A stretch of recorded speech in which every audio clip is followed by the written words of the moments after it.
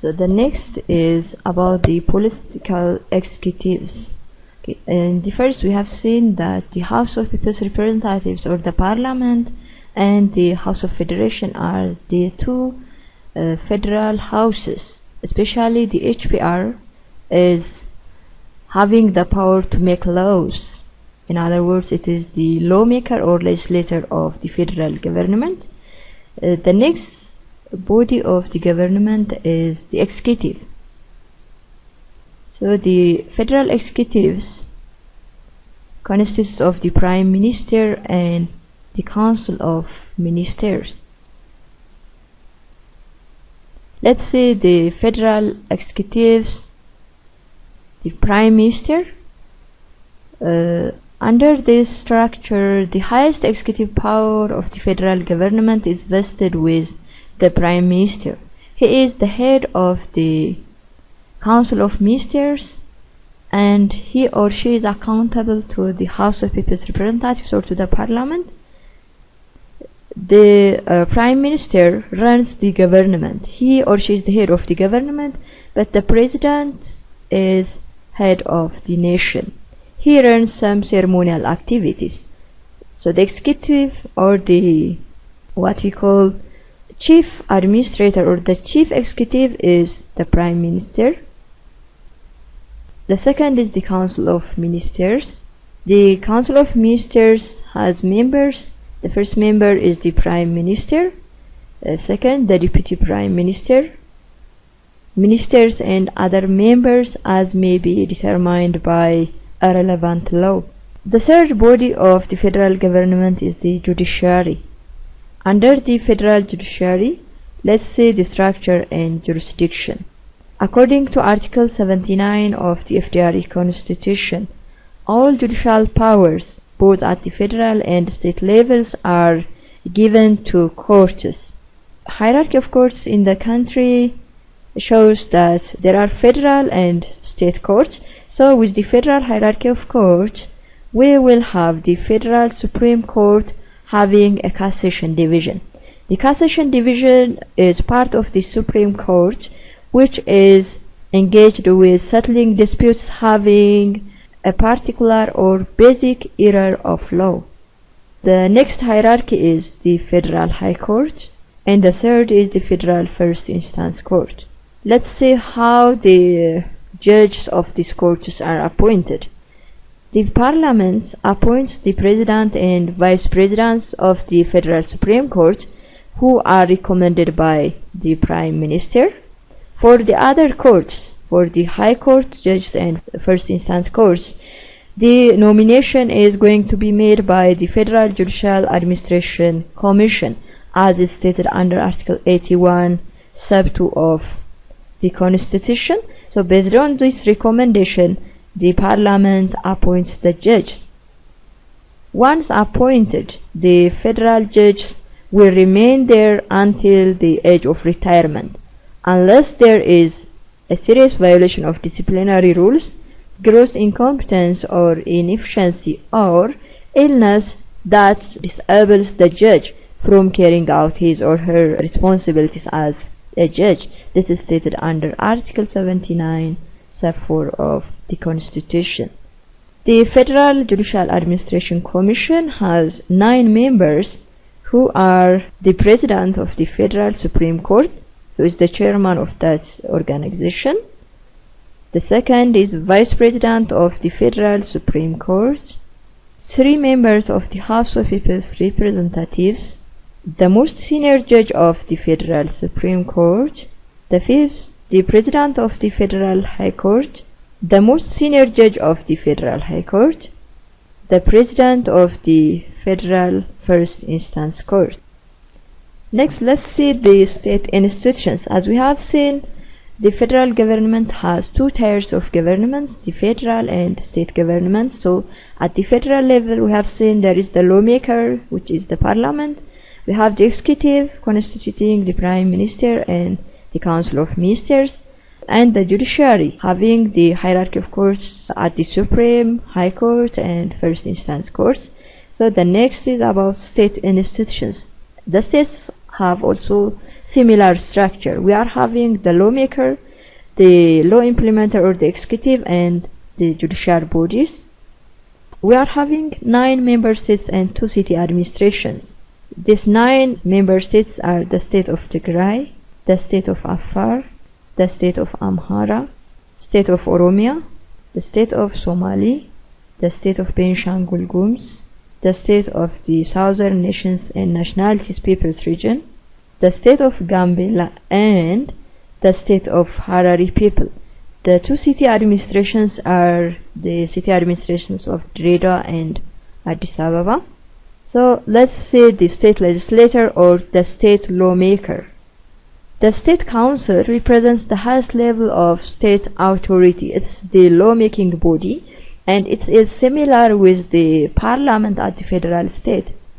It has the power of legislation or lawmaking on all matters falling under the state jurisdiction according to the FDRE constitution. It has the power to draft, adopt, and amend the state constitution. So all states are having the power to have their own or to enact their own constitution. Most states have only one single parliamentary council, which is the lawmaking body, but some have 2 houses similar with the federal arrangement. These houses are found in the Southern Nations Nationalities Peoples Region and in the state of Harari. Next is about the executive body. The state administration constitutes the highest organ of executive power. Similar with the Council of Ministers at this federal level, states have their own state administration with the highest executive power. The chief administrator is elected from among members of the state council. This chief administrator is the state president. The chief administrator establishes the state executive council, or what we call the cabinet, and nominates its members. State executive councils have the power to implement and laws and policies enacted by the state council and the federal legislature. So federal laws are going to be applicable in the state on some specific points in accordance to the constitution. The next is about the state judiciary or the state courts. Let's see the structure and jurisdiction of state courts. Similar with the federal judiciary, we are having 3 levels of courts. The state supreme court in the regional capitals, located in the regional capitals. It also have the cassation division. The state high courts, which are located at the zonal levels of the states. State first instance courts, we found this at the Warada level. State structure and jurisdiction. Let's see accountability and administration of these state courts. There are state judicial administration commissions. The president and vice president of the state supreme court are recommended by the president or the chief executive of the state, and they are going to be appointed by the state council. The state council, based on a recommendation made by the state judicial administration commission, appoints the other judges. In addition to these state and federal courts, we are having some other bodies with a judicial power. These bodies are different. The first one is the municipal or city courts. The second is social courts. The third are religious courts. And fourth, customary courts. Let's see the municipal courts under the federal structure. So they constitute first instance and appellate courts. So they have 2 branches or 2 bodies. There is a first instance where a plaintiff can lodge his case, and the second part of these courts is the appellate court, where a plaintiff or a defendant can take the case in case of dissatisfaction by the decision of the first instance court. There is no structure of Supreme Court in the municipal system, although a cassation bench is included in the appellate court. So the municipal courts have no supreme branch, but in case of fundamental error of law, there is a cassation division within the appellate court of these municipal courts. They are located within the city administration, especially in Redwa and Addis Ababa. However, the state of Oromia has established similar municipal courts in cities with more than 10,000 people. But initially, this structure of municipal courts were meant to exist in the city administrations. The second, about social courts. These social courts are part of the Qabali administrations and they have jurisdiction up to 5,000 birr. They decide on petty offense or small offense which are related with violation of rules and regulations at the Qabali level. This case could be appealed to the first instance city court.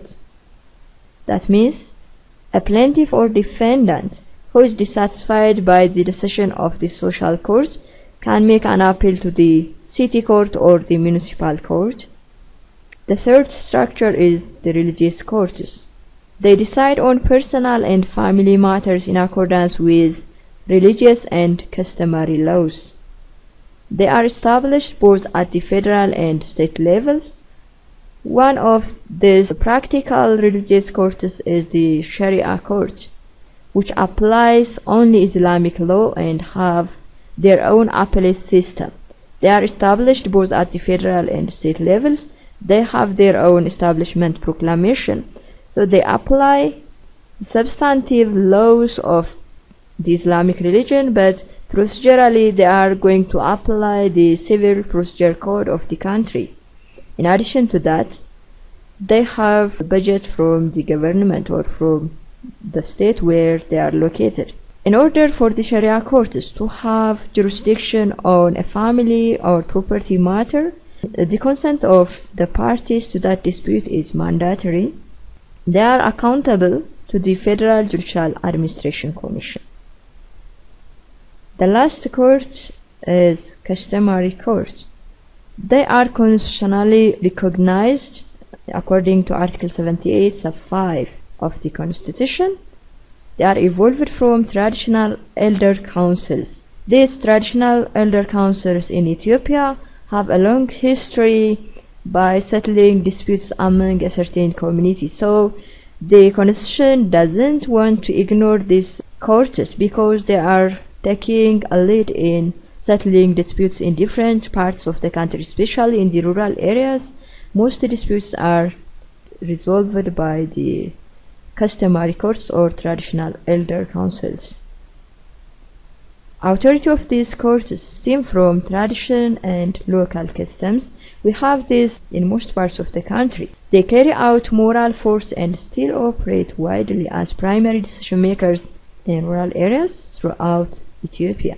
Example, we have this in Amhara called as the Shimagli.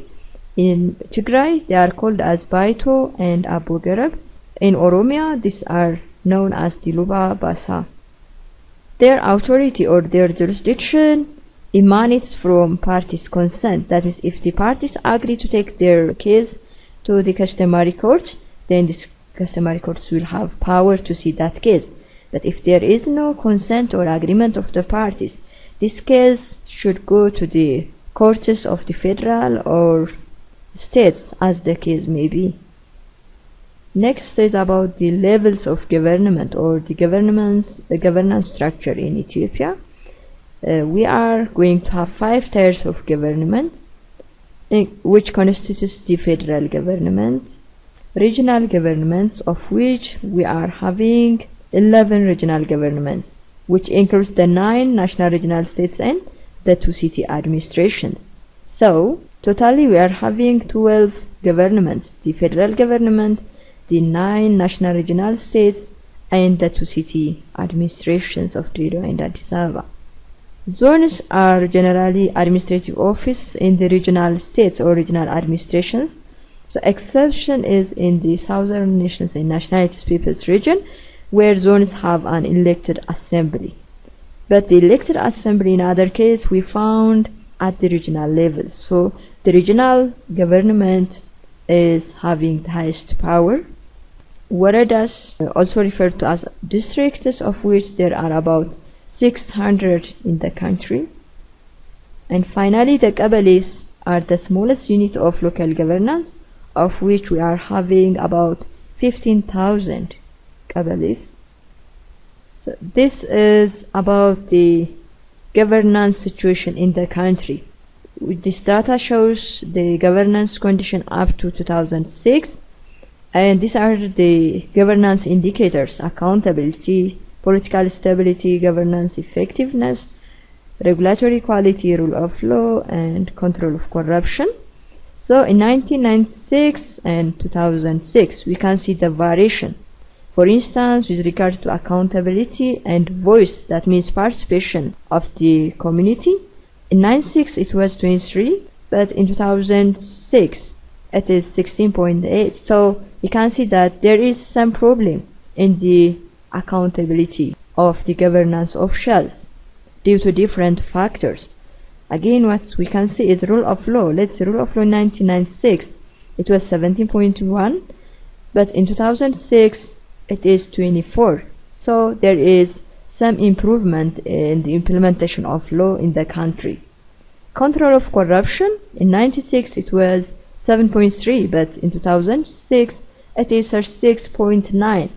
Different factors involved in enhancement of this control of corruption, because during this time we are having the Commission of Anti-Corruption and Ethics in the country. So establishment of this commission has contributed to the control of corruption.